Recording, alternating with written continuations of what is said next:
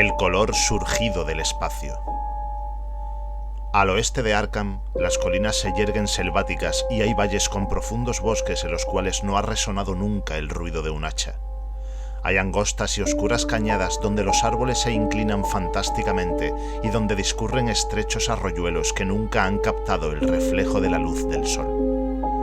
En las laderas menos agrestes hay casas de labor antiguas y rocosas, con edificaciones cubiertas de musgo, rumiando eternamente en los misterios de la Nueva Inglaterra, pero todas ellas están ahora vacías, con las amplias chimeneas desmoronándose y las paredes pandeándose debajo de los techos a la holandesa.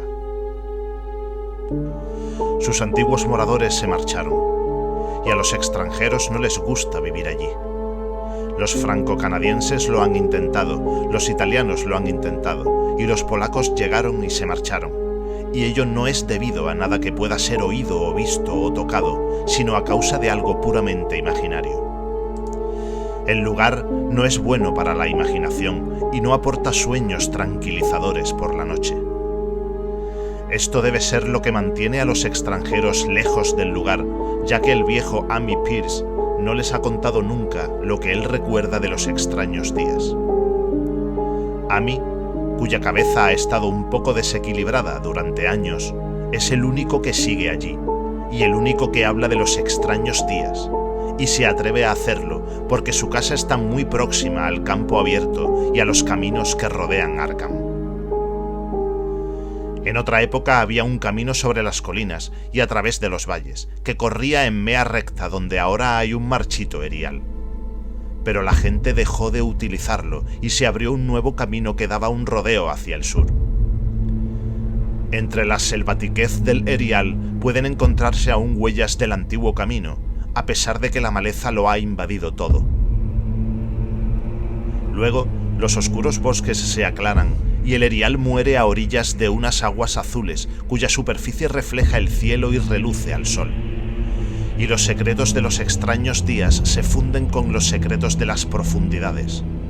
Se funden con la oculta erudición del viejo océano y con todo el misterio de la primitiva tierra. Cuando llegué a las colinas y valles para acotar los terrenos destinados a la nueva alberca, me dijeron que el lugar estaba embrujado. Esto me dijeron en Arkham, y como se trata de un pueblo muy antiguo, lleno de leyendas de brujas, pensé que lo de embrujado debía ser algo que las abuelas habían susurrado a los chiquillos a través de los siglos. El nombre de Marchito Erial me pareció muy raro y teatral, y me pregunté cómo habría llegado a formar parte de la tradición de un pueblo puritano. Luego vi con mis propios ojos aquellas cañadas y laderas y ya no me extrañó que estuvieran rodeadas de una leyenda de misterio. Las vi por la mañana, pero a pesar de ello estaban sumidas en la sombra. Los árboles crecían demasiado juntos y sus troncos eran demasiado grandes tratándose de árboles de Nueva Inglaterra. En las oscuras avenidas del bosque había demasiado silencio y el suelo estaba demasiado blando con el húmedo musgo y los restos de infinitos años de descomposición. En los espacios abiertos, principalmente a lo largo de la línea del antiguo camino, había pequeñas casas de labor. Unas veces con todas sus edificaciones en pie, y a veces solo con un par de ellas, y a veces con una solitaria chimenea o una derruida bodega. La maleza reinaba por todas partes y seres furtivos susurraban en el subsuelo. Sobre todas las cosas pesaba una rara opresión, un toque grotesco de irrealidad, como si fallara algún elemento vital de perspectiva o de claroscuro. No me extrañó que los extranjeros no quisieran permanecer allí, ya que aquella no era una región que invitara a dormir en ella. Su aspecto recordaba demasiado el de una región extraída de un cuento de terror. Pero nada de lo que había visto podía compararse, en lo que a desolación respecta, con el Marchito Erial. Se encontraba en el fondo de un espacioso valle. Ningún otro nombre hubiera podido aplicársele con más propiedad, ni ninguna otra cosa se adaptaba tan perfectamente a un nombre. Era como si un poeta hubiese acuñado la frase después de haber visto aquella región. Mientras la contemplaba, pensé que era la consecuencia de un incendio, pero por qué no había crecido nunca nada sobre aquellos 5 acres de gris desolación que se extendía bajo el cielo como una gran mancha corroída por el ácido entre bosques y campos. Discurre en gran parte hacia el norte de la línea del antiguo camino, pero invade un poco el otro lado. Mientras me acercaba, experimenté una extraña sensación de repugnancia, y solo me decidí a hacerlo porque mi tarea me obligaba a ello. En aquella amplia extensión no había vegetación de ninguna clase, no había más que una capa de fino polvo o ceniza gris que ningún viento parecía ser capaz de arrastrar. Los árboles más cercanos tenían un aspecto raquítico y enfermizo, y muchos de ellos aparecían agostados o con los troncos podridos. Mientras andaba apresuradamente, vi a mi derecha los derruidos restos de una casa de labor y la negra boca de un pozo abandonado, cuyos estancados vapores adquirían un extraño matiz al ser bañados por la luz del sol. El desolado espectáculo hizo que no me maravillara ya de los asustados susurros de los moradores de Arkham.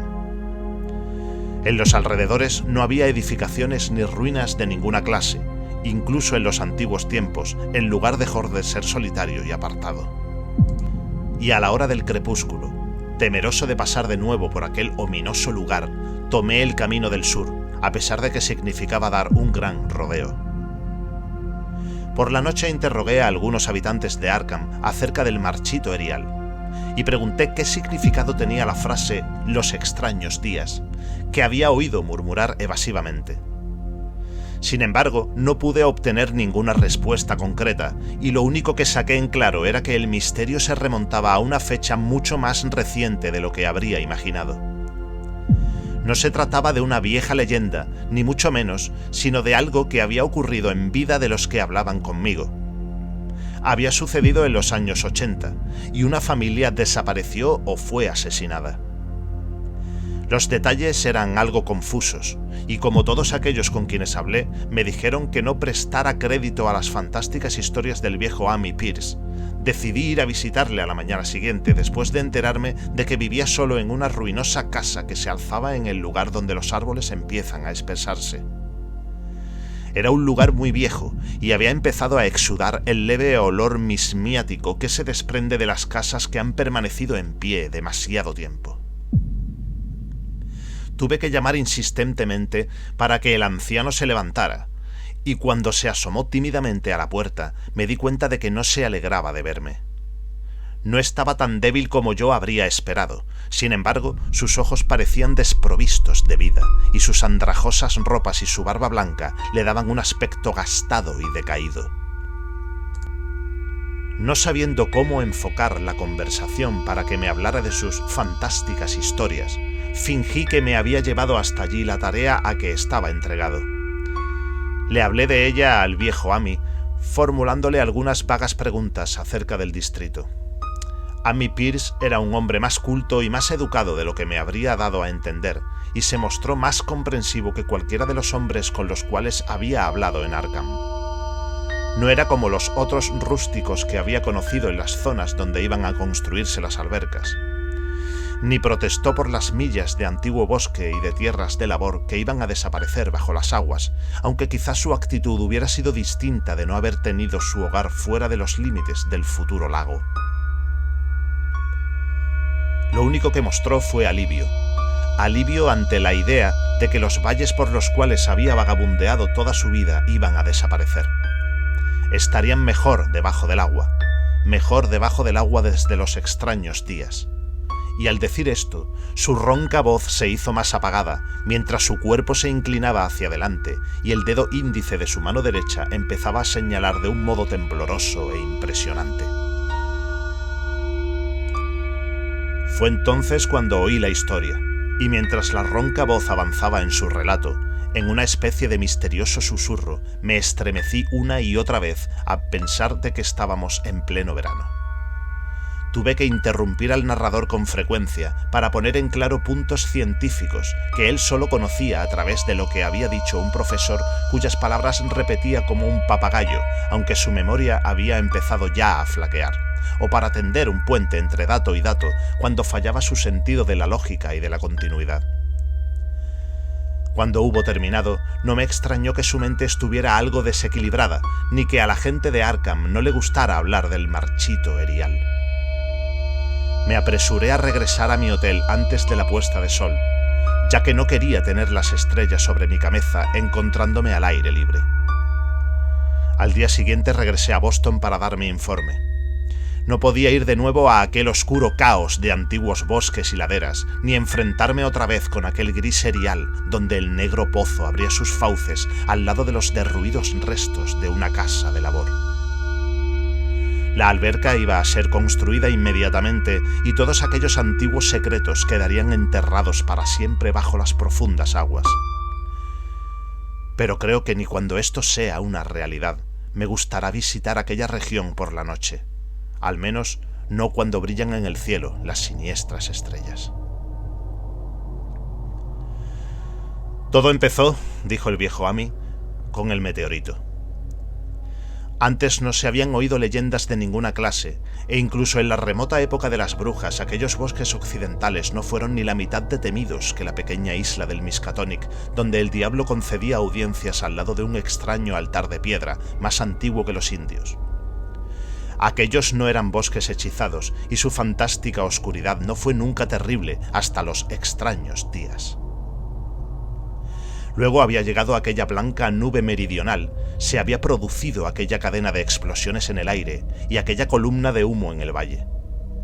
Y por la noche, todo Arkham se había enterado de que una gran piedra había caído del cielo y se había incrustado en la tierra, junto al pozo de la casa de Nahum Gardner, la casa que se había alzado en el lugar que ahora ocupaba el marchito erial. Nahum había ido al pueblo para contar lo de la piedra, y al pasar ante la casa de Amy Pierce se lo había contado también. En aquella época, Amy tenía 40 años, y todos los extraños acontecimientos estaban profundamente grabados en su cerebro. Amy y su esposa habían acompañado a los 3 profesores de la Universidad de Miskatonic, que se presentaron a la mañana siguiente para ver el fantástico visitante que procedía del desconocido espacio estelar, y habían preguntado cómo era que Nahum había dicho, el día antes, que era muy grande. Nahum, señalando la pardusca mole que estaba junto a su pozo, dijo que se había encogido. Pero los sabios replicaron que las piedras no encogen. Su calor irradiaba persistentemente, y Nahum declaró que había brillado débilmente toda la noche. Los profesores golpearon la piedra con un martillo de geólogo y descubrieron que era sorprendentemente blanda. En realidad, era tan blanda como si fuera artificial, y arrancaron, más bien que escoplearon, una muestra para llevársela a la universidad a fin de comprobar su naturaleza. Tuvieron que meterla en un cubo que le pidieron prestado a Nahum, ya que el pequeño fragmento no perdía calor. En su viaje de regreso se detuvieron a descansar en la casa de Amy y parecieron quedarse pensativos cuando Mrs. Pierce observó que el fragmento estaba haciéndose más pequeño y había empezado a quemar el fondo del cubo. Realmente no era muy grande, pero quizás habían cogido un trozo menor de lo que habían supuesto. Al día siguiente, todo esto ocurría en el mes de junio de 1882, los profesores se presentaron de nuevo muy excitados. Al pasar por la casa de Amy, le contaron lo que había sucedido con la muestra, diciendo que había desaparecido por completo cuando la introdujeron en un recipiente de cristal. El recipiente también había desaparecido, y los profesores hablaron de la extraña afinidad de la piedra con el silicón. Había reaccionado de un modo increíble en aquel laboratorio perfectamente ordenado, sin sufrir ninguna modificación ni expeler ningún gas al ser calentada al carbón, mostrándose completamente negativa al ser tratada con bórax y revelándose absolutamente no volátil a cualquier temperatura, incluyendo la del soplete de oxihidrógeno. En el yunque apareció como muy maleable, y en la oscuridad su luminosidad era muy notable. Negándose obstinadamente a enfriarse, provocó una gran excitación entre los profesores, y cuando al ser calentada ante el espectroscopio mostró unas brillantes bandas distintas a las que cualquier color conocido del espectro normal. se habló de nuevos elementos, de raras propiedades ópticas y de todas aquellas cosas que los intrigados hombres de ciencia suelen decir cuando se enfrentan con lo desconocido. Caliente como estaba, fue comprobada en un crisol con todos los reactivos adecuados. El agua no hizo nada, ni el ácido clorhídrico. El ácido nítrico e incluso el agua regia se limitaron a resbalar sobre su tórrida invulnerabilidad. Amy se encontró con algunas dificultades para recordar todas aquellas cosas, pero reconoció algunos disolventes a medida que se los mencionaba en el habitual orden de utilización: amoníaco y sosa cáustica, alcohol y éter, bisulfito de carbono y una docena más. Pero a pesar de que el peso iba disminuyendo con el paso del tiempo y de que el fragmento parecía enfriarse ligeramente, los disolventes no experimentaron ningún cambio que demostrara que habían atacado a la sustancia. Desde luego se trataba de un metal. Era magnético en grado extremo, y después de su inmersión en los disolventes ácidos, parecían existir leves huellas de presencia de hierro meteórico, de acuerdo con los datos de Wittgenstein. Cuando el enfriamiento era ya considerable, colocaron el fragmento en un recipiente de cristal para continuar las pruebas, y a la mañana siguiente, fragmento y recipiente habían desaparecido sin dejar rastro. Únicamente una chamuscada señal en el estante de madera donde los habían dejado probaba que se había estado realmente allí. Esto fue lo que los profesores le contaron a Amy mientras descansaban en su casa, y una vez más fue con ellos a ver el pétreo mensajero de las estrellas, aunque en esta ocasión su esposa no le acompañó. Comprobaron que la piedra había encogido realmente y ni siquiera los más escépticos de los profesores pudieron dudar de lo que estaban viendo. Alrededor de la masa pardusca, situada junto al pozo, había un espacio vacío, un espacio que eran 2 pies menos que el día anterior. Estaba aún caliente y los sabios estudiaron su superficie con curiosidad mientras separaban otro fragmento mucho mayor que el que se habían llevado. Esta vez ahondaron más en la masa de piedra y de este modo pudieron darse cuenta de que el núcleo central no era completamente homogéneo. Habían dejado al descubierto lo que parecía ser la cara exterior de un glóbulo empotrado en la sustancia. El color, parecido al de las bandas del extraño espectro del meteoro, era casi imposible de describir, y solo por analogía se atrevieron a llamarlo color. Su contextura era lustrosa y parecía quebradiza y hueca. Uno de los profesores golpeó ligeramente el glóbulo con un martillo y estalló con un leve chasquido. De su interior no salió nada, y el glóbulo se desvaneció como por arte de magia, dejando un espacio esférico de unas 3 pulgadas de diámetro. Los profesores pensaron que era probable que encontraran otros glóbulos a medida que la sustancia envolvente se fuera fundiendo. La conjetura era equivocada, ya que los investigadores no consiguieron encontrar otro glóbulo, a pesar de que taladraron la masa por diversos lugares. En consecuencia, decidieron llevarse la nueva muestra que habían recogido, y cuya conducta en el laboratorio fue tan desconcertante como la de su predecesora. Aparte de ser casi plástica, de tener calor, magnetismo y ligera luminosidad, de enfriarse levemente en poderosos ácidos, de perder peso y volumen en el aire y de atacar a los compuestos de silicón con el resultado de una mutua destrucción.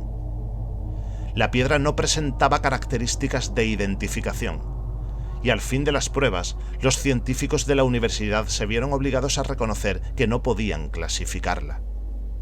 No era nada de este planeta, sino un trozo del espacio exterior, y, como tal, estaba dotado de propiedades exteriores y desconocidas y obedecía a leyes exteriores y desconocidas. Aquella noche hubo una tormenta, y cuando los profesores acudieron a casa de Nahum al día siguiente, se encontraron con una desagradable sorpresa. La piedra, magnética como era, debió poseer alguna peculiar propiedad eléctrica, ya que había atraído al rayo, como dijo Nahum, con una singular persistencia. En el espacio de 1 hora, el granero vio cómo el rayo hería 6 veces la masa que se encontraba junto al pozo, y al cesar la tormenta descubrió que la piedra había desaparecido. Los científicos, profundamente decepcionados tras comprobar el hecho de la total desaparición, decidieron que lo único que podían hacer era regresar al laboratorio y continuar analizando el fragmento que se habían llevado el día anterior y que como medida de precaución habían encerrado en una caja de plomo. El fragmento duró una semana, transcurrida la cual no se había llegado a ningún resultado positivo. La piedra desapareció sin dejar ningún residuo, y con el tiempo los profesores apenas creían que habían visto realmente aquel misterioso vestigio de los insondables abismos exteriores, aquel único, fantástico mensaje de otros universos y otros reinos de materia, energía y entidad. Como era lógico, los periódicos de Arkham hablaron mucho del incidente y enviaron a sus reporteros a entrevistar a Nahum y a su familia. Un rotativo de Boston envió también un periodista y Nahum se convirtió rápidamente en una especie de celebridad local. Era un hombre delgado de unos 50 años que vivía con su esposa y sus 3 hijos del producto de lo que cultivaba en el valle. Él y Amy se hacían frecuentes visitas, lo mismo que sus esposas, y Amy solo tenía frases de elogio para él después de todos aquellos años. Parecía estar orgulloso de la atención que había despertado el lugar y en las semanas que siguieron a su aparición y desaparición habló con frecuencia del meteorito. Los meses de julio y agosto fueron cálidos y Nahum trabajó de firme en sus campos y las faenas agrícolas le cansaron más de lo que le habían cansado otros años, por lo que llegó a la conclusión de que los años habían empezado a pesarle. Luego llegó la época de la recolección. Las peras y manzanas maduraban lentamente, y Nahum aseguraba que sus huertas tenían un aspecto más floreciente que nunca. La fruta crecía hasta alcanzar un tamaño fenomenal y un brillo musitado, y su abundancia era tal que Nahum tuvo que comprar unos cuantos barriles más a fin de poder embalar la futura cosecha. Pero con la maduración llegó una desagradable sorpresa, ya que toda aquella fruta de opulenta presencia resultó incomible. En vez del delicado sabor de las peras y manzanas, la fruta tenía un amargor insoportable. Lo mismo ocurrió con los melones y los tomates, y Nahum vio con tristeza cómo se perdía toda su cosecha. Buscando una explicación a aquel hecho, no tardó en detectar que el meteorito había envenenado el suelo, y dio gracias al cielo porque la mayor parte de las otras cosechas se encontraban en las tierras altas a lo largo del camino. El invierno se presentó muy pronto y fue muy frío. Amy veía a Nahum con menos frecuencia que de costumbre y observó que empezaba a tener un aspecto preocupado. También el resto de la familia había asumido un aire taciturno y fueron esparciendo sus visitas a la iglesia y su asistencia a los diversos acontecimientos sociales de la comarca. No pudo encontrarse ningún motivo para aquella reserva o melancolía, aunque todos los habitantes de la casa daban muestra de cuando en cuando de un empeoramiento en su estado de salud física y mental. Esto se hizo más evidente cuando el propio Nahum declaró que estaba preocupado por ciertas huellas de pasos que había visto en la nieve. Se trataba de las habituales huellas invernales de las ardillas rojas, de los conejos blancos y de los zorros, pero el caviloso granjero afirmó que encontraba algo raro en la naturaleza y disposición de aquellas huellas. No fue más explícito, pero parecía creer que no era característica de la anatomía y de las costumbres de ardillas y conejos y zorros. Amy no hizo mucho caso de todo aquello hasta una noche que pasó por delante de la casa de Nahum, en su trineo, en su camino de regreso a Clark's Corners. En el cielo brillaba la luna y un conejo cruzó corriendo el camino, y los saltos de aquel conejo eran más largos de lo que les hubiera gustado a Amy y a su caballo. Este último en realidad se hubiera desbocado si su dueño no hubiera empuñado las riendas con mano firme. A partir de entonces, Amy mostró un mayor respeto por las historias que contaba Nahum y se preguntó por qué los perros de Gardner parecían estar tan asustados y temblorosos cada mañana. Incluso habían perdido el ánimo para ladrar. En el mes de febrero, los chicos de McGregor de Meadow Hill salieron a cazar marmotas y no lejos de las tierras de Gardner capturaron un ejemplar muy especial. Las proporciones de su cuerpo parecían ligeramente alteradas de un modo muy raro, imposible de describir, en tanto que su rostro tenía una expresión que hasta entonces nadie había visto en el rostro de una marmota. Los chicos quedaron francamente asustados y tiraron inmediatamente el animal, de modo que por la comarca solo circuló la grotesca historia que los mismos chicos contaron. Pero esto, unido a la historia del conejo que asustaba a los caballos en las inmediaciones de la casa de Nahum, dio pie a que empezara a tomar cuerpo una leyenda, susurrada en voz baja. La gente aseguraba que la nieve se había fundido mucho más rápidamente en los alrededores de la casa de Nahum que en otras partes, y a principios de marzo se produjo una agitada discusión en la tienda de Potter, de Clark's Corners. Stephen Rice había pasado por las tierras de Gardner a primera hora de la mañana y se había dado cuenta de que la hierba fétida empezaba a crecer en todo el fangoso suelo. Hasta entonces no se había visto hierba fétida de aquel tamaño y su color era tan raro que no podía ser descrito con palabras. Sus formas eran monstruosas y el caballo había relinchado lastimeramente ante la presencia de un hedor que hirió también desagradablemente el olfato de Stephen. Aquella misma tarde, varias personas fueron a ver con sus propios ojos aquella anomalía, y todas estuvieron de acuerdo en que las plantas de aquella clase no podían brotar en un mundo saludable. Se mencionaron de nuevo los frutos amargos del otoño anterior, y corrió de boca en boca que las tierras de Nahum estaban emponzoñadas. Desde luego se trataba del meteorito, y recordando lo extraño que les había parecido a los hombres de la universidad, varios granjeros hablaron del asunto con ellos. Un día hicieron una visita a Nahum, pero como se trataba de unos hombres que no prestaban crédito con facilidad a las leyendas, sus conclusiones fueron muy conservadoras. Las plantas eran raras, desde luego, pero toda la hierba fétida es más o menos rara en su forma y en su color. Quizás algún elemento mineral del meteorito había penetrado en la Tierra, pero no tardaría en desaparecer. Y en cuanto a las huellas en la nieve y a los caballos asustados, se trataba únicamente de habladurías sin fundamento que habían nacido a consecuencia de la caída del meteorito. Pero unos hombres serios no podían tener en cuenta las habladurías de los campesinos, ya que los supersticiosos labradores dicen y creen cualquier cosa. Ese fue el veredicto de los profesores acerca de los extraños días.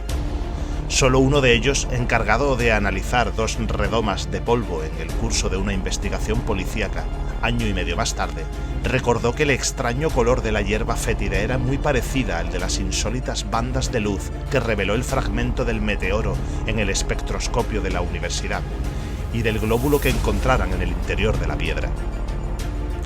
En el análisis que el mencionado profesor llevó a cabo, las muestras revelaron al principio las mismas insólitas bandas, aunque más tarde perdieran la propiedad. Los árboles florecieron prematuramente alrededor de la casa de Nahum y por la noche se mecían ominosamente al viento. El segundo hijo de Nahum, Thaddeus, un muchacho de 15 años, juraba que los árboles se mecían también cuando no hacía viento, pero ni siquiera los más charlatanes prestaron crédito a esto. Desde luego en el ambiente había algo raro. Toda la familia Gardner desarrolló la costumbre de quedarse escuchando, aunque no esperaban oír ningún sonido al cual pudieran dar nombre. La escucha era en realidad resultado de momentos en que la conciencia parecía haberse desvanecido en ellos. Desgraciadamente esos momentos eran más frecuentes a medida que pasaban las semanas, hasta que la gente empezó a murmurar que toda la familia Nahum estaba mal de la cabeza. Cuando salió la primera saxifraga, su color era también muy extraño, no completamente igual al de la hierba fétida, pero indudablemente afín a él e igualmente desconocido para cualquiera que lo viera. Nahum cogió algunos capullos y se los llevó a Arkham para enseñarlos al editor de la Gazette, pero aquel dignatario se limitó a escribir un artículo humorístico acerca de ellos, ridiculizando los temores y las supersticiones de los campesinos. Fue un error de Nahum contarle a un estólido ciudadano la conducta que observaban las mariposas, también de gran tamaño, en relación con aquellas saxífragas. Abril aportó una especie de locura a las gentes de la comarca y empezaron a dejar de utilizar el camino que pasaba por los terrenos de Nahum hasta abandonarlo por completo. Era la vegetación. Los renuevos de los árboles tenían unos extraños colores. y a través del suelo de piedra del patio y en los prados contiguos crecían unas plantas que solamente un botánico podía relacionar con la flora de la región. Pero lo más raro de todo era el colorido, que no correspondía a ninguno de los matices que el ojo humano había visto hasta entonces. Plantas y arbustos se convirtieron en una siniestra amenaza, creciendo insolentemente en su cromática perversión. Amy y los Gardner opinaron que los colores tenían para ellos una especie de inquietante familiaridad, y llegaron a la conclusión de que les recordaban el glóbulo que había sido descubierto dentro del meteoro. Nahum labró y sembró los 10 acres de terreno que poseía en la parte alta, sin tocar los terrenos que rodeaban su casa. Sabía que sería trabajo perdido y tenía la esperanza de que aquellas extrañas hierbas que estaban creciendo arrancarían toda la ponzoña del suelo. Ahora estaba preparado para cualquier cosa, por inesperada que pudiera parecer, y se había acostumbrado a la sensación de que cerca de él había algo que esperaba ser oído. El ver que los vecinos no se acercaban por su casa le molestó, desde luego, pero afectó todavía más a su esposa. Los chicos no lo notaron tanto, porque iban a la escuela todos los días, pero no pudieron evitar el enterarse de las habladurías, las cuales les asustaron un poco, especialmente a Thaddeus, que era un muchacho muy sensible. En mayo llegaron los insectos, y la hacienda de Gardner se convirtió en un lugar de pesadilla, lleno de zumbidos y de serpenteos. La mayoría de aquellos animales tenía un aspecto insólito y se movían de un modo muy raro, y sus costumbres nocturnas contradecían todas las anteriores experiencias. Los Gardner adquirieron el hábito de mantenerse vigilantes durante la noche. Miraban en todas direcciones en busca de algo, aunque no podían decir de qué. Fue entonces cuando comprobaron que Thaddeus había estado en lo cierto al hablar de lo que ocurría con los árboles. Mrs. Gardner fue la primera en comprobarlo una noche que se encontraba en la ventana del cuarto contemplando la silueta de un arce que se recortaba contra un cielo iluminado por la luna. Las ramas del arce se estaban moviendo y no corría el menor soplo de viento. Cosa de la savia, seguramente. Las cosas más extrañas resultaban ahora normales. Sin embargo, el siguiente descubrimiento no fue obra de ningún miembro de la familia Gardner. Se habían familiarizado con lo anormal hasta el punto de no darse cuenta de muchos detalles. Y lo que ellos no fueron capaces de ver fue observado por un viajante de comercio de Boston que pasó por allí una noche, ignorante de las leyendas que corrían por la región. Lo que contó en Arkham apareció en un breve artículo publicado por la Gazette, y aquel artículo fue lo que todos los granjeros, incluido Nahum, se echaron primero a los ojos. La noche había sido oscura, pero alrededor de una granja del valle, que todo el mundo supo que se trataba de la granja de Nahum, la oscuridad había sido menos intensa.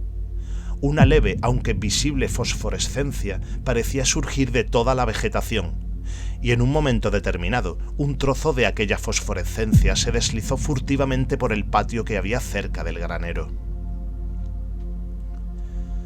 Los pastos no parecían haber sufrido los efectos de aquella insólita situación, y las vacas pacían libremente cerca de la casa, pero hacia finales de mayo la leche empezó a ser mala.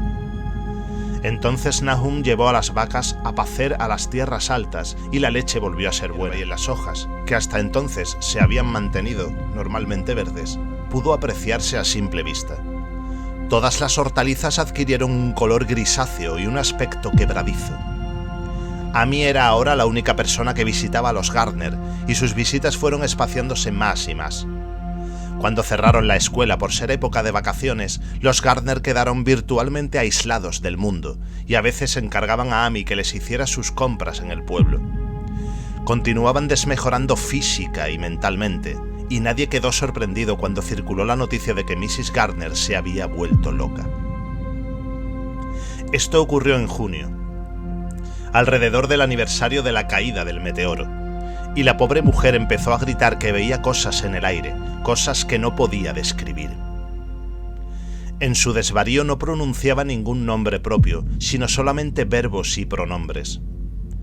Las cosas se movían y cambiaban y revoloteaban, y los oídos reaccionaban a impulsos que no eran del todo sonidos. Nahum no la envió al manicomio del condado, sino que dejó que vagabundeara por la casa mientras fuera inofensiva para sí misma y para los demás. Cuando su estado empeoró, no hizo nada, pero cuando los chicos empezaron a asustarse y Thaddeus casi se desmayó al ver la expresión del rostro de su madre al mirarle, Nahum decidió encerrarla en el ático. En julio, Mrs. Gardner dejó de hablar y empezó a arrastrarse a 4 patas. Y antes de terminar el mes, Nahum se dio cuenta de que su esposa era ligeramente luminosa en la oscuridad, tal como ocurría con la vegetación de los alrededores de la casa. Esto sucedió un poco antes de que los caballos se dieran a la fuga. Algo les había despertado durante la noche y sus relinchos y su cocear habían sido algo terrible. A la mañana siguiente, cuando Nahum abrió la puerta del establo, los animales salieron disparados como alma que lleva el diablo. Nahum tardó una semana en localizar a los 4 y cuando los encontró se vio obligado a matarlos porque se habían vuelto locos y no había quien los manejara. Nahum le pidió prestado un caballo a Amy para acarrear el heno, pero el animal no quiso acercarse al granero. Respingó, se encabritó y relinchó, y al final tuvieron que dejarlo en el patio, mientras los hombres arrastraban el carro hasta situarlo junto al granero. Entretanto, la vegetación iba tornándose gris y quebradiza.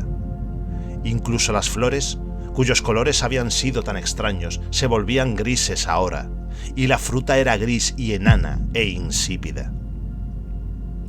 Las jarillas y el trébol dorado dieron flores grises y deformes, y las rosas, las rascamoños y las malvarrosas del patio delantero tenían un aspecto tan horrendo que Zenas, el mayor de los hijos de Nahum, las cortó todas. Al mismo tiempo fueron muriéndose todos los insectos, incluso las abejas que habían abandonado sus colmenas. En septiembre, toda la vegetación se había desmenuzado, convirtiéndose en un polvillo grisáceo, y Nahum temió que los árboles murieran antes de que la ponzoña se hubiera desvanecido del suelo. Su esposa tenía ahora accesos de furia durante los cuales profería unos gritos terribles, y Nahum y sus hijos vivían en un estado de perpetua tensión nerviosa. No se trataban ya con nadie, y cuando la escuela volvió a abrir sus puertas, los chicos no acudieron a ella. Fue Amy en una de sus raras visitas quien descubrió que el agua del pozo ya no era buena. Tenía un gusto endiablado, que no era exactamente fétido ni exactamente salobre, y Amy aconsejó a su amigo que excavara otro pozo en las tierras altas para utilizarlo hasta que el suelo volviera a ser bueno. Sin embargo, Nahum no hizo el menor caso de aquel consejo, ya que había llegado a impermeabilizarse contra las cosas raras y desagradables. Él y sus hijos siguieron utilizando la teñida agua del pozo, bebiéndola con la misma indiferencia con que comían sus escasos y mal cocidos alimentos, y con que realizaban sus improductivas y monótonas tareas a través de unos días sin objetivos. Había algo de estólida resignación en todos ellos, como si anduvieran en otro mundo entre hileras de anónimos guardianes hacia un lugar familiar y seguro. Thaddeus se volvió loco en septiembre, después de una visita al pozo. Había ido allí con un cubo y había regresado con las manos vacías, encogiendo y agitando los brazos y murmurando algo acerca de los colores movibles que había allí abajo. 2 locos en una familia representaban un grave problema, pero Nahum se portó valientemente. Dejó que el muchacho se moviera a su antojo durante una semana, hasta que empezó a portarse peligrosamente, y entonces lo encerró en el ático, enfrente de la habitación ocupada por su madre. El modo como se gritaban el uno al otro desde detrás de sus cerradas puertas era algo terrible, especialmente para el pequeño Merwin, que imaginaba que su madre y su hermano hablaban en algún terrible lenguaje que no era de este mundo. Merwin se estaba convirtiendo en un chiquillo peligrosamente imaginativo, y su estado empeoró desde que encerraron al hermano que había sido su mejor compañero de juegos. Casi al mismo tiempo empezó la mortalidad entre el ganado. Las aves de corral adquirieron un color gris y murieron rápidamente. Los cerdos engordaron desordenadamente y luego empezaron a experimentar repugnantes cambios que nadie podía explicar. Su carne era desaprovechable, desde luego, y Nahum no sabía qué pensar ni qué hacer. Ningún veterinario rural quiso acercarse a su casa y el veterinario de Arkham quedó francamente desconcertado. La cosa resultaba tanto más inexplicable por cuanto aquellos animales no habían sido alimentados con la vegetación emponzoñada. Luego les llegó el turno a las vacas. Ciertas zonas, y a veces el cuerpo entero, aparecieron anormalmente hinchadas o comprimidas, y aquellos síntomas fueron seguidos de atroces colapsos o desintegraciones. En las últimas fases, que terminaban siempre con la muerte, adquirían un color grisáceo y un aspecto quebradizo, tal como había ocurrido con los cerdos. En el caso de las vacas no podía hablarse de veneno, ya que estaban encerradas en un establo. Ninguna mordedura de un animal salvaje podía haber inoculado el virus, ya que no hay ningún animal terrestre que pueda pasar a través de unos obstáculos sólidos. Debía tratarse de una enfermedad natural, aunque resultaba imposible conjeturar qué clase de enfermedad producía aquellos terribles resultados. En la época de la cosecha no quedaba ningún animal vivo en la casa, ya que el ganado y las aves de corral habían muerto y los perros habían huido. Los perros, en número de 3, habían desaparecido una noche y no volvieron a aparecer. Los 5 gatos se habían marchado un poco antes, pero su desaparición apenas fue notada, ya que en la casa no había ahora ratones y únicamente Mrs. Gardner sentía cierto afecto por los graciosos felinos. El 19 de octubre, Nahum se presentó en casa de Amy con espantosas noticias. La muerte había sorprendido al pobre Thaddeus en su habitación del ático y le había sorprendido de un modo que no podía ser contado. Nahum había excavado una tumba en la parte trasera de la granja y había metido allí lo que encontró en la habitación.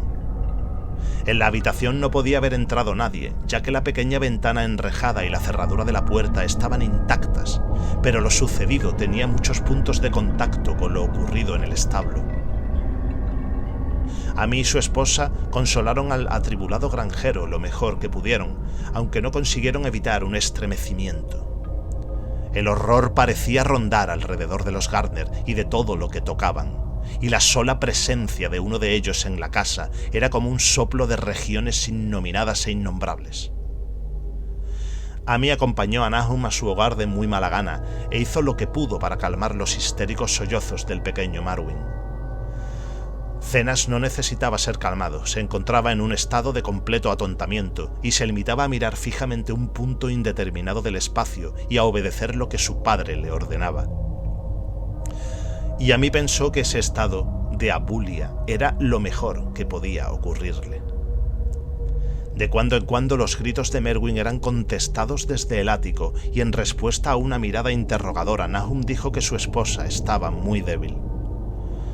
Cuando se acercaba la noche, Amy se las arregló para marcharse, ya que ningún sentimiento de amistad podía hacerle permanecer en aquel lugar cuando la vegetación empezaba a brillar débilmente y los árboles podían o no moverse sin que soplara el viento. Era una verdadera suerte para Amy el hecho de que no fuese una persona imaginativa.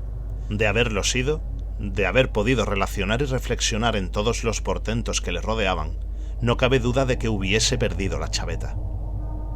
A la hora del crepúsculo regresó apresuradamente a su casa, sintiendo resonar terriblemente en sus oídos los gritos de la loca y del pequeño Merwin. 3 días más tarde, Nahum se presentó en casa de Amy muy de mañana y en ausencia de su huésped, le contó a Mrs. Pierce una horrible historia que ella escuchó temblando de miedo. Esta vez se trataba del pequeño Merwin. Había desaparecido. Había salido de la casa cuando ya era de noche con un farol y un cubo para traer agua y no había regresado. Hacía días que su estado no era normal y se asustaba de todo. El padre oyó un frenético grito en el patio, pero cuando abrió la puerta y se asomó, el muchacho había desaparecido. No se veía ni rastro de él y en ninguna parte brillaba el farol que se había llevado. En aquel momento, Nahum creyó que el farol y el cubo habían desaparecido también, pero al hacerse de día y al regreso de su búsqueda de toda la noche por campos y bosques, Nahum había descubierto unas cosas muy raras cerca del pozo, una retorcida y semifundida masa de hierro que había sido indudablemente el farol, y junto a ella una asa doblada junto a otra masa de hierro, asimismo retorcida y semifundida, que correspondía al cubo. Eso fue todo. Nahum imaginaba lo inimaginable. Mrs. Pierce estaba como atontada, y Amy, cuando llegó a casa y oyó la historia, no pudo dar ninguna opinión. Merwin había desaparecido, y sería inútil decírselo a la gente que vivía en aquellos alrededores y que huían de los Gardner como de la peste. Tan inútil como decírselo a los ciudadanos de Arkham, que se reían de todo. Thaddeus había desaparecido, y ahora había desaparecido Merwin. Algo estaba arrastrándose, esperando ser visto y oído. Nahum no tardaría en morirse, y deseaba que Amy velara por su esposa y por Zenas, si es que le sobrevivían. Todo aquello era un castigo de alguna clase, aunque Nahum no podía adivinar a qué se debía, ya que siempre había vivido en el santo temor de Dios.